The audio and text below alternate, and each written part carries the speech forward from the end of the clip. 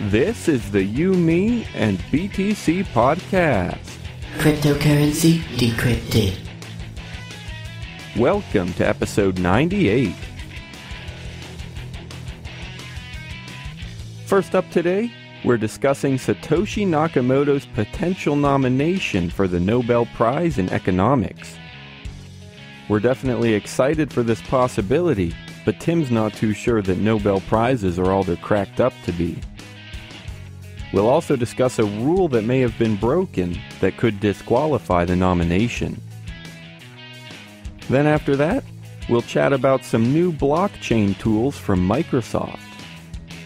It's great to see a tech giant taking an interest in blockchains, but we want to make sure that it won't dilute the real benefits of crypto. Your hosts today are just Tim Baker and myself, Daniel Brown. Here we go.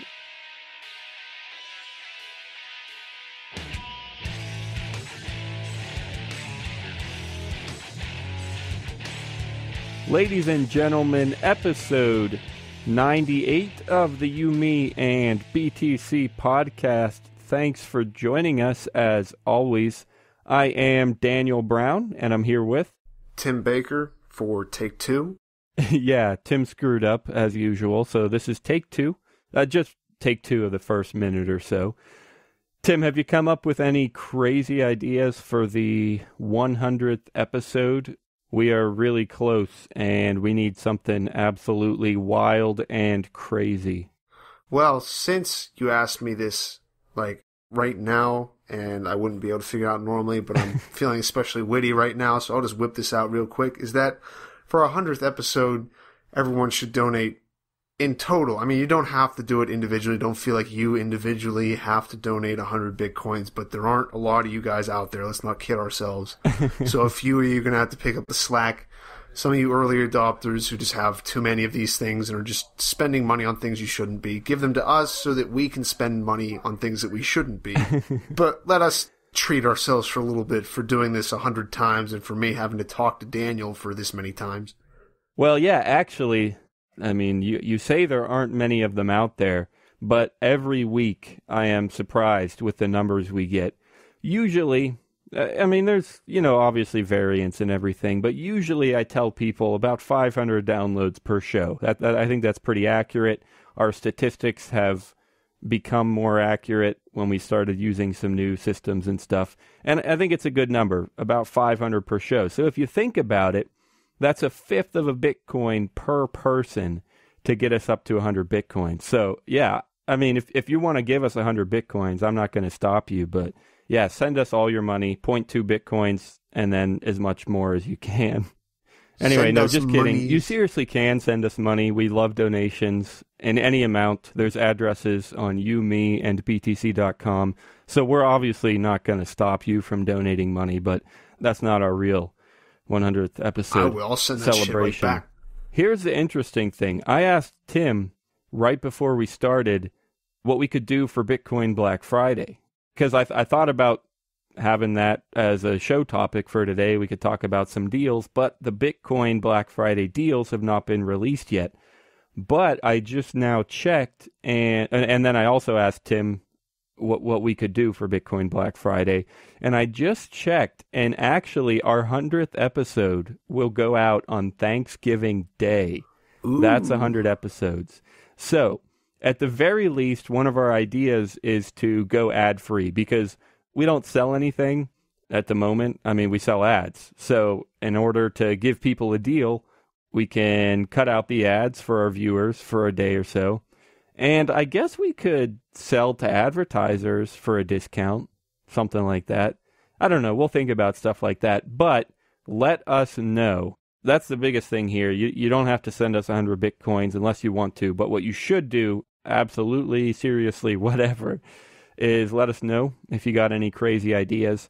My best idea so far is actually to do kind of a fan episode, where we invite some of our biggest fans on to just talk to us for a while.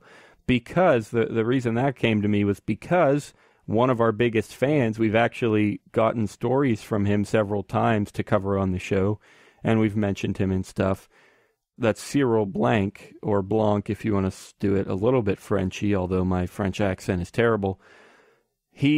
I put out this call a couple weeks ago, and he said, hey, you should have me on the show for your 100th episode. And I don't think he was serious, but yeah, sure, why not? That's a great idea. Let's have some fans on and chat with them for 5-10 minutes and get a bunch of them for our 100th episode. So that's one of my best ideas so far.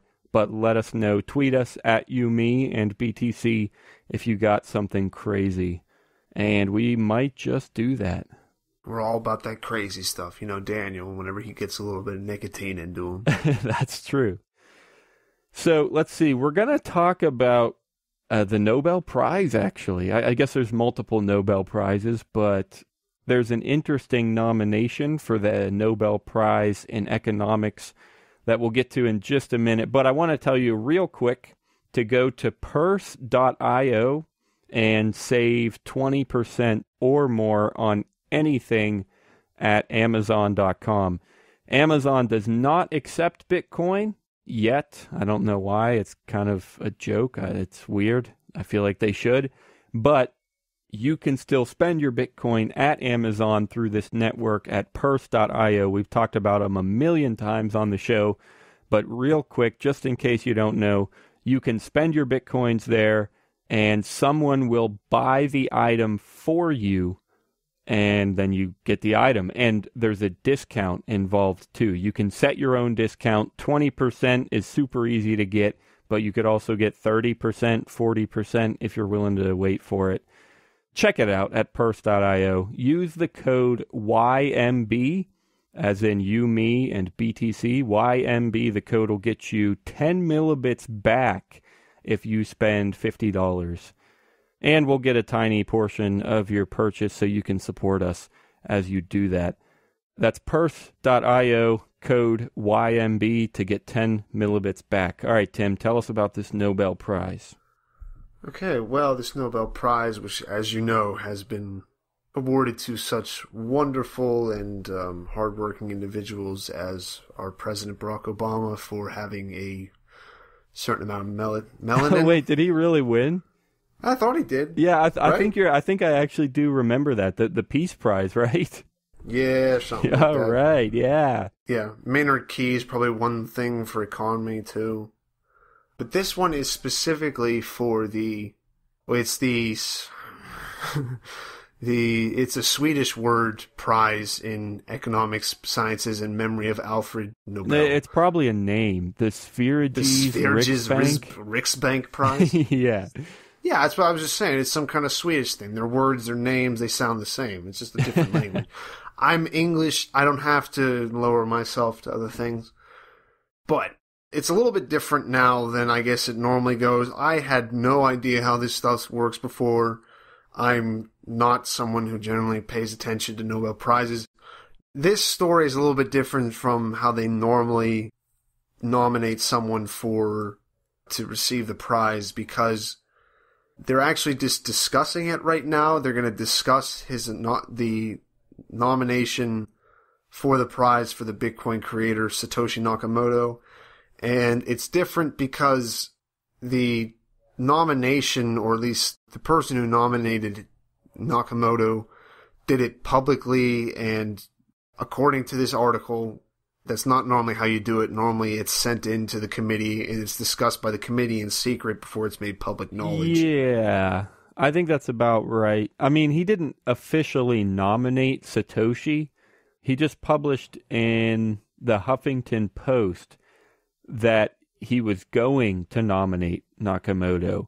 So he didn't actually do the nomination, but that's what's against the rules. What's against the rules is saying who you're going to nominate before you actually do it. Actually, it also says it's actually not just about talking about that before you make the nomination, but there's a quote here from, I guess, the official laws of the Nobel Prize or whatever. It says, "The statutes of the Nobel Foundation restrict disclosure of information about the nominations, whether publicly or privately, for 50 years. Like what?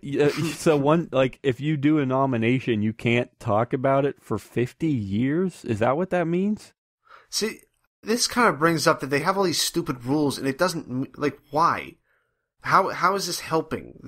So someone who shouldn't get the award doesn't get the award when they already do this stuff is some kind of weird, like, oh, well, we like you, so we'll give it to you, and you did something so great for America by, I mean, this is going back to the Obama one, and people bring that up all the time, and I'm not trying to be particular about that one. That's just the only example I can remember, because I don't know who else gets these things. Yeah. But I doubt that it really has to do with all that much of someone doing something.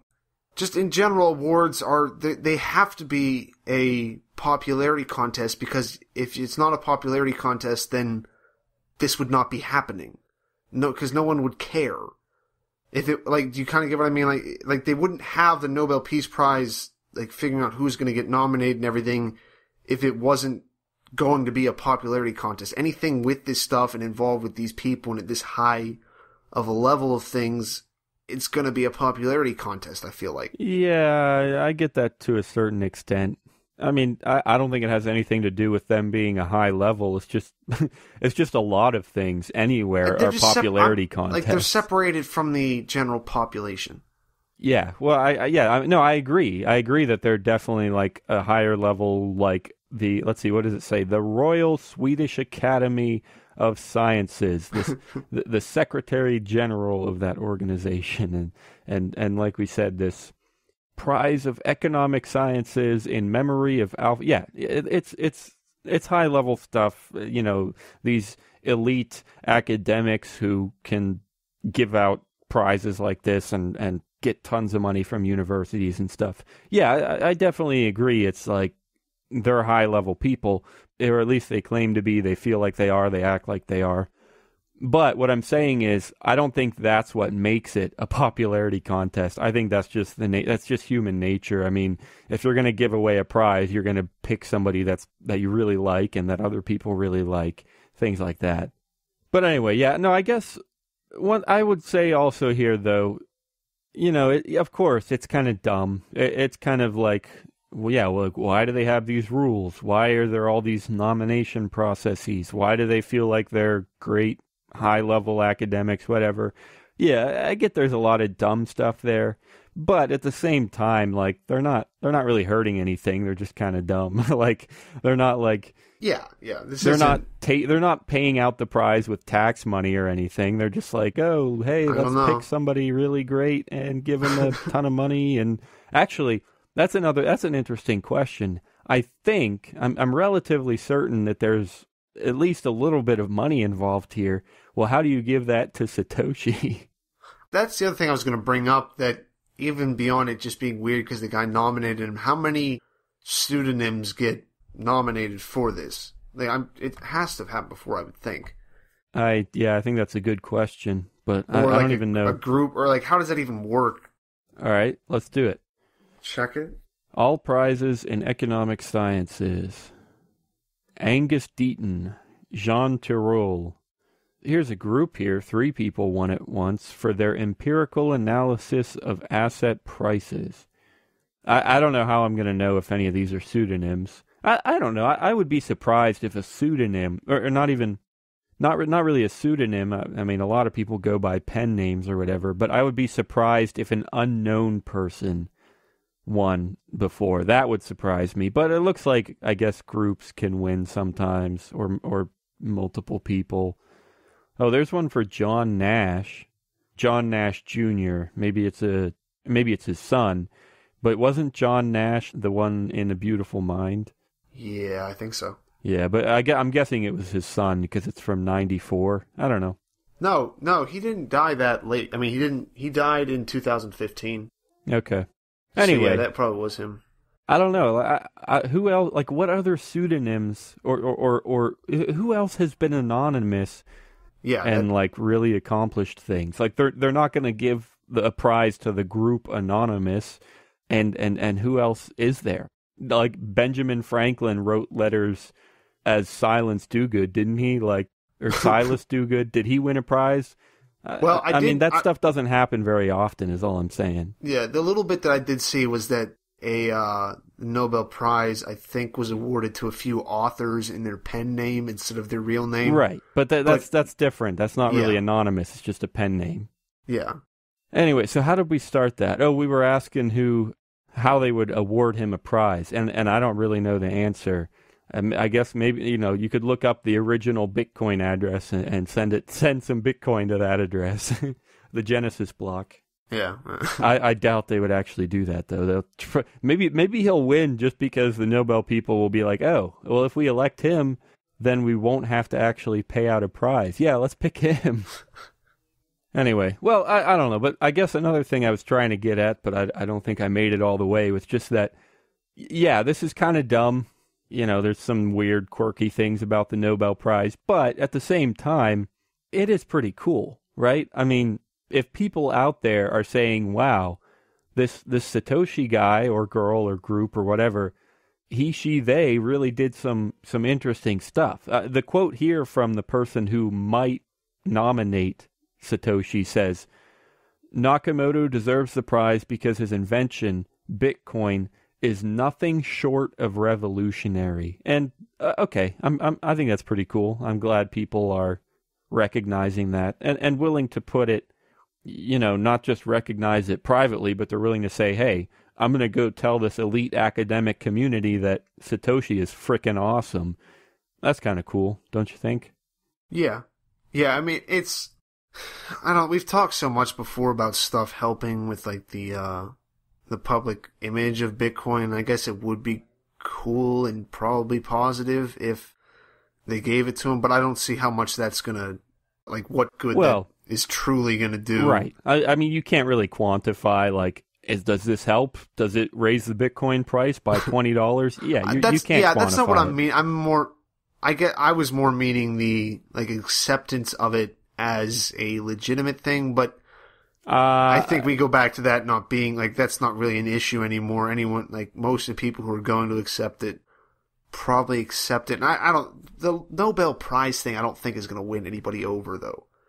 I don't know. I honestly don't know if I agree with that because, I mean, maybe not specifically. There probably aren't people, and not very many people, who are going to be like, oh, wow, he won the Nobel Prize? Well, I guess you're right. I should go buy some then. It won't be that blatant, but I think there are tons of people actually who would be like, oh, maybe, okay, that's interesting. He actually won the Nobel Prize. I guess I should look into this and see what it is. I think that would happen a whole lot. Why? Who is out there, like, what brand of nerds are out there going, oh, wait. No, that's the point. Who am I going to take No, that's the point. It's not nerd. Well, it's not tech nerds. It's economic nerds or science nerds or whatever. It's people who... I don't want economic nerds. They're a bunch of Keynesian faggots. Okay, exactly. So they're Keynesians, and all of a sudden they hear that this guy won the Nobel Prize, and they're like, huh, maybe that's actually worth looking into. I think that's exactly right. But another thing is I don't think it would just be nerds. I mean, somebody could hear, a 25-second news clip on CNN or whatever where it says, the creator of the cryptocurrency, new digital currency Bitcoin, has just been nominated for the Nobel Prize in economics. They are going to vote in a month and we'll know who wins. Like, that could be the entire news piece. And I feel like there are tons of average Joes who could watch that and be like, oh, wow, I've heard about Bitcoin. I guess it seems like it's kind of legit. Maybe I should look into it. Yeah, I mean, I guess at first, I don't feel like it's going to make a difference, and like a discernible difference, but you were right saying that you can't really quantify that. But when you do say it, like the one person sees it finally in the news, some kid scrolling through Reddit sees it. But even just that post on Reddit does something like that too. Yeah, so that, I guess that's the idea. It's not going to instantly convert 1 million people, and we're not really going to be able to quantify anything. But I think it will be interesting and attractive to a whole lot of people. That's all I kind of think. Join the club, join the club, join the Bitcoin Talk Club. Interested in Bitcoins or altcoins? Love chatting? We are the place for you. BitcoinTalk.club is a new forum sensation coming to a computer near you. Whether you're a professional coin developer or someone that wants to know more, our doors are open for you. We are looking for people to join and help build this forum into a one-stop knowledge base for everyone's needs. We're looking for you at BitcoinTalk.club. Join the club. Join the club. Join the Bitcoin Talk Club.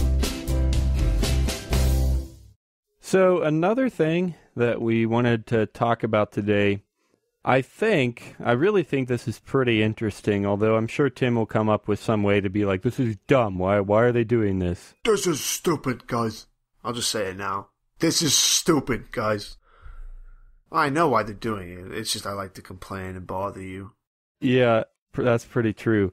So Microsoft they're not just interested in blockchain. They are pretty far into the blockchain space at this point, which I guess this main announcement was only made October 29th, I guess, was when it was announced, and they launched it just today.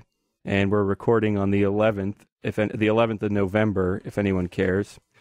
And until this project, I don't think anybody really knew that Microsoft was into blockchains and stuff. I could be completely wrong, but that's my guess. But anyway, they are, like I said, pretty deep in the space. They've developed, and today they launched a platform. Not really a platform. It's like, I guess they call it a sandbox in here. It's a Microsoft tool, just like Word or Excel or whatever. It's just a helpful program that they have for developing and implementing blockchains. And I guess it's based on Ethereum, it says. And I don't know. I think it's really interesting. It's just like I said, just like Word. Word is for anybody. Anybody can use Word. But there's a ton of Microsoft tools out there that are really high-level professional things. Like I have Visual Studio on my computer, and that's for programming, and it helps you write C++, and it compiles, and a million other languages. And that's kind of how I see this. It's just a program they have that helps you do this. It helps you do blockchains. And I guess their biggest target is banks. They say 4 global financial services have already signed up for the service. They're doing it through their cloud-based platform called Azure, Azure, which I've never used before. I don't know a ton about that. But anyway, so lay it on me, Tim. Why is this pointless? Why is this going to not help anyone? Why is this a waste of time? I mean, first off, it's not going to help anyone because the banks are doing it. Obviously, every single thing the banks do and ever will do and ever will touch is always bad for us. No, I mean, as far as what it's for, it's cool. It sounds like this is more a way for them to kind of get their toes into it and fuck around with it for a little bit, because it says that... yeah, it does say experimental or something, doesn't it? Yeah, it's an experimental, and then they go on to make the quote that we've bet the entire farm on the cloud pretty much. Oh, wow, you figured out that stuff on the internet and putting it up there instead of keeping it all on your computer is going to take off. What is that? Yeah, you're right. There's a big quote here. It says, we bet the entire farm on the cloud pretty much. What does that mean? I think it's just saying that, like, what they're doing is putting all their efforts into focusing on the cloud. Yeah, because it says they have a new CEO and they've been making inroads into cloud-based technology and services, a move that saw a reported 8% increase in revenue. Okay, so that's what they're saying, is we're focusing on the cloud, and apparently it's making them money, and now blockchains are another way for them to work with the cloud, I guess. Yeah, so they're going to put more money into it, even though they're kind of acting like this is some huge, like, amazing step, which... I mean, it's a step, but it's still at the level of the banks are going to fuck around with it for a little bit before they figure out what they actually want to do. I guess I agree with that. I mean, we've had this conversation a million times about, is it helpful for the banks to have blockchains? So we don't have to do this whole thing again. That's not even what I'm talking about. I'm talking about this particular thing is supposed to be experimental, so it's like they haven't bet everything on the cloud yet. If they were betting everything on the cloud, well, they would have. No. They would have put like that quote is referring to like their entire cloud-based you're right, technology and services. That quote's not referring to just this platform. I guess, what is it even called? I guess it says they have two tools. Okay, it says there are multiple tools that will be offered to Microsoft clients. They include, number one, Block Apps Strato, a sandbox toolkit to help developers experiment their applications before releasing it for adoption. And number two, Camp, a blockchain explorer tool that will help businesses develop their own blockchain applications. So those are the tools. Camp, which actually helps people create the blockchain applications, and Block Apps Strato, which helps them test it, I guess, or experiment with them. But you're right, Tim. These are experimental. These are just a small portion of their whole cloud-based focus, I guess. But anyway, so I guess, were you saying it's experimental, and so were you just saying the banks are slow? Like the banks are going to take forever to actually use this? Is that all you were saying? No, because it's not the banks saying anything. It's Microsoft. I'm saying that I think they're being a little bit too, like, we've bet the entire farm on the cloud pretty much, versus just saying, like, that doesn't need to be said. Anyone who has any idea where anything is going. Oh my gosh, Tim. What do you mean it doesn't need to be said? Nothing needs to be said. They're just saying it. Yeah, but especially not this. You don't need to be like, well, Tim, we've really invested in some computer equipment to do this podcast. I guess. That's a completely separate thing. I think their point was just that we're profiting by working in the cloud, and so we're focusing on the cloud. I took it as something referring to something else. That's the only reason why I brought that's not the only reason I brought it up. I would have brought it up anyway. Oh my gosh. Anyway, here's I'll read a little bit more with some details here. Gray added that Microsoft templates will help clients experiment with the cloud-based blockchain platform without the need to have or build their own systems, a move that is likely to make blockchain adoption simpler and quicker. That kind of reminds me, well, like I said, it's like any tool that Microsoft makes, but that kind of makes me think of like their Access program, Microsoft Access, which Microsoft Access, if you don't know, it helps people set up a database and integrate a database with whatever they're working on, whatever. It's a database tool. But the idea is like Microsoft did not create the database or invent the database when they made Microsoft Access. They just gave people the tools to make it really easy to use databases. I don't, really easy is a relative term. Maybe Access sucks. Maybe real database people prefer other programs. I don't know. But it's a tool. That's all I'm trying to say. For the person who doesn't have specialized experience or training with it, it's going to be easier, I believe. To do databases, Access is going to be easier than if they were given some other kind of program, probably. Well, yeah, I think that's true. I mean, it's easier than just writing SQL commands in the command line, which I know you don't know what that means, Tim.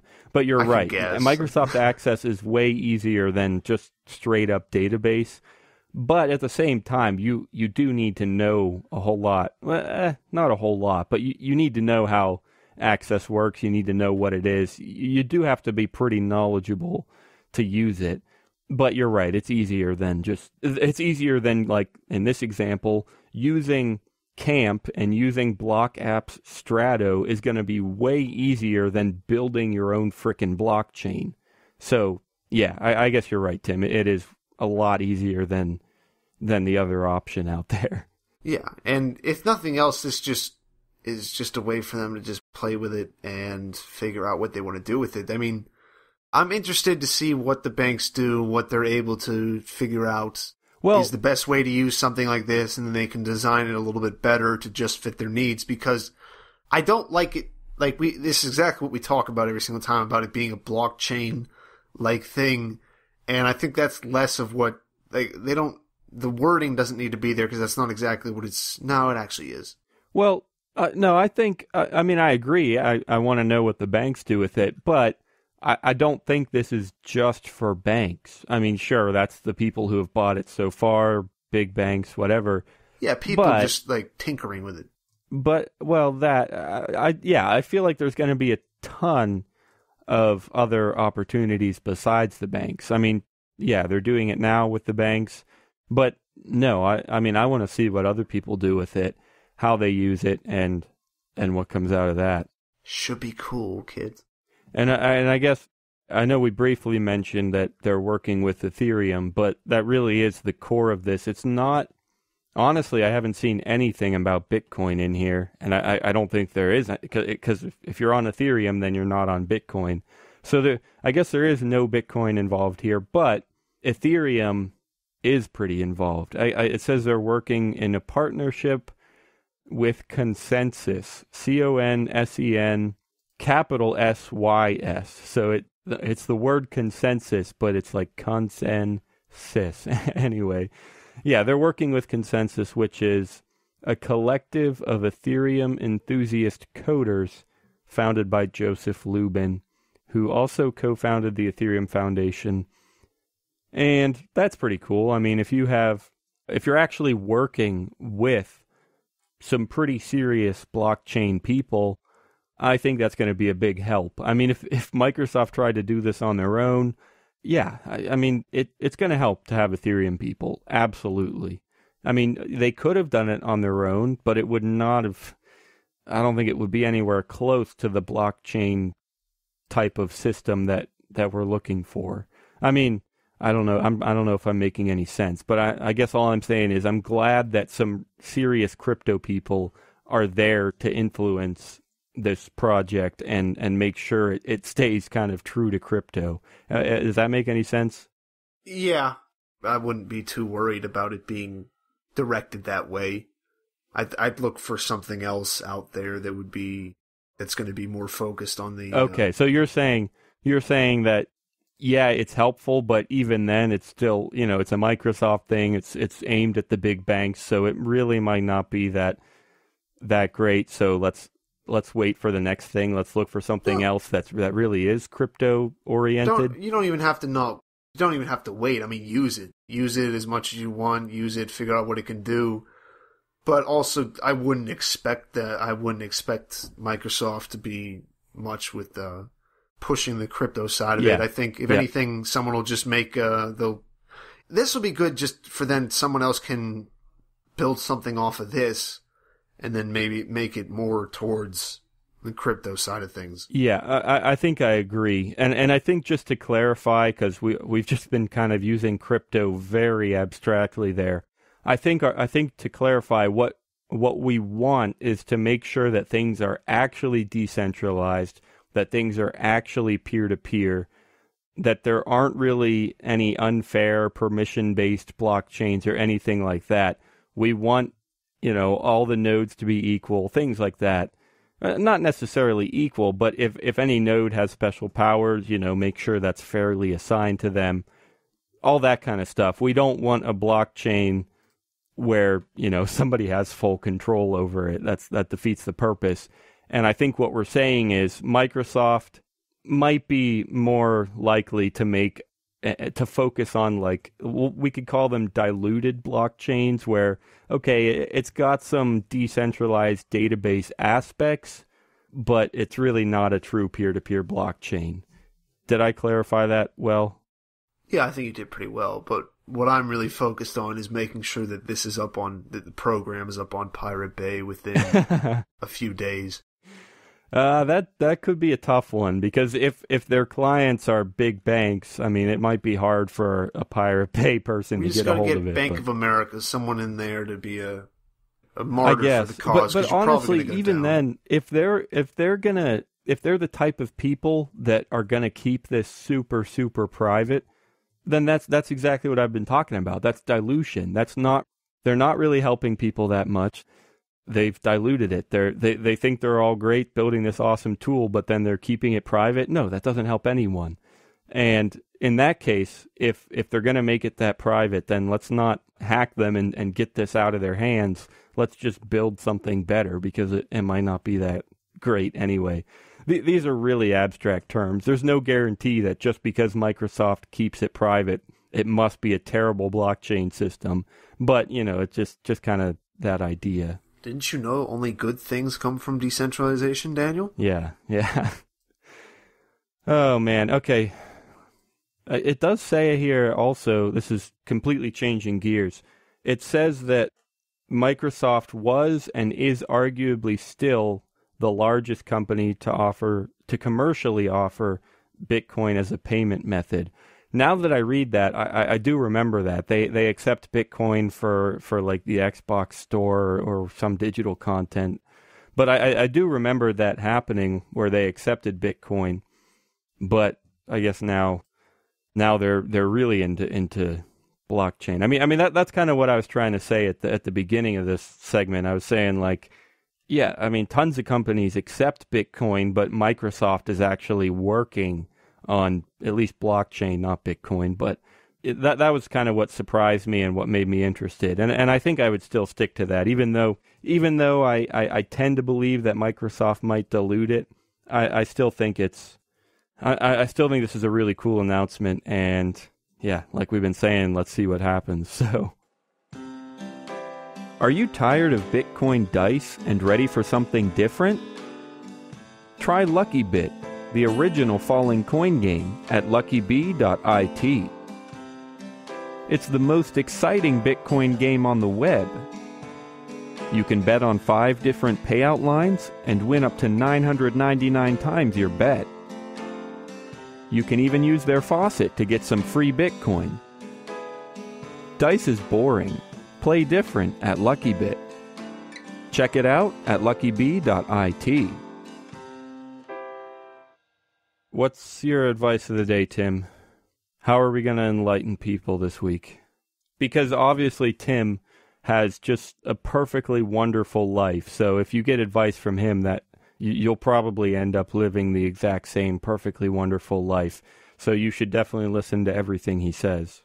Well, my advice, first off, is not to listen to people's advice, because generally the person that feels like they need to go out of their way to tell you some kind of amazing thought that they've had or inspiration they've had they think has fixed something in their life is probably missing something else about it. It's probably bad at the very thing they're telling you about.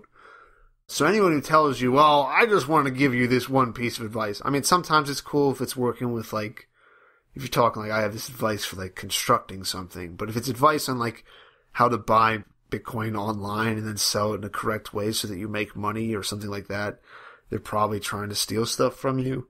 My advice, don't kill yourself over the price bubble, I guess. That's one of the big things right now with how that's going. People are probably losing a decent amount of money. They're also gaining it too, so don't get too happy whenever you get really rich. Yeah, no, that's actually... Basically, just exist in a complete vacuum of apathy and just don't let anything ever affect you and you'll be fine, really. I mean, that's all you really have to do. Just be stoic. Yeah, no, actually, that's a good thing to bring up. Yeah, the price has been going crazy. And yeah, I guess exactly like you said, don't get too worked up about it in either direction. And also just use it as a reminder that, yeah, we say this pretty often, but yeah, we love Bitcoin, but it's still brand new. We still never freaking know what could happen. And yeah, I think that's some pretty decent advice. Buy low, sell high. My advice is, I guess I'll stick with the Microsoft story and just say not to dilute good things. And like I said, this is a conversation that we talk about every time we talk about banks and blockchains. We try to decide how good it is or how useful or whatever. But I guess I would still say try not to dilute it. I mean, a diluted blockchain is, I guess, better than no blockchain, but keep fighting for a pure, but keep fighting, not just for blockchains, but for anything. Just if you really believe that something is helpful and good, try and keep that as I guess I'll say the word pure. I feel like almost religious when I say that, but whatever. Like, just if you know about a good thing, keep it good. Try not to let the bad things creep in. Yeah, I guess dilution is better than no good things at all, but still keep pushing for, yeah, I'll say it, keep pushing for purity. Now, the racial podcast from Tim and Daniel. All right, you, guys. me, and nobody else. None of those non-whites. I don't really know where race got implied there, but sure, why No, not? I'm just talking about the purity. Just because there's so much stuff going on right now, at least that I follow on Twitter, because I follow kind of troll accounts that just go after people. And with all of the Oh yeah, Anonymous did like the KKK project. well, there's a or KKK something. thing. There was a whole troll thing where they got everyone to believe that the KKK was at Missouri University and was threatening to kill everybody. All right, that's our final advice. Don't join the KKK because Don't do it. You look like a retarded redneck. Just don't do it. No, I mean, I Be a just think, Nazi for God's sake. Grow some balls or something. I just think like their parties aren't that fun. I mean, they have some cool people, but their food is terrible. So yeah, don't join the KKK. It's a terrible idea. What do they have at KKK? What do they eat at KKK? I don't meetings? know. I don't know, Tim. Corn? All right, we'll see everybody next week. Tim's still talking, but I'm just going to cut him out because he's talking about corn or something. So we'll see everybody next week.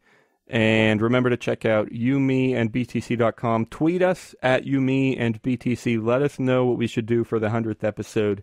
If you're one of our biggest fans, tweet us and let us know. We can set up a 5, 10, 15-minute recording. I'm actually really interested in that idea. Daniel's just giving away airtime like it's nothing. If you're a giant fan, let us know, and we'll have a chat. Let us know what we should do for Black Friday, which I guess is the same day. Like I said, we'll probably do ad-free, but let us know if you have another good, better idea.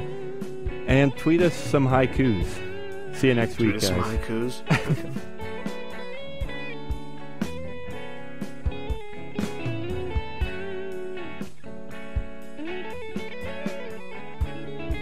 Thanks for listening to episode 98.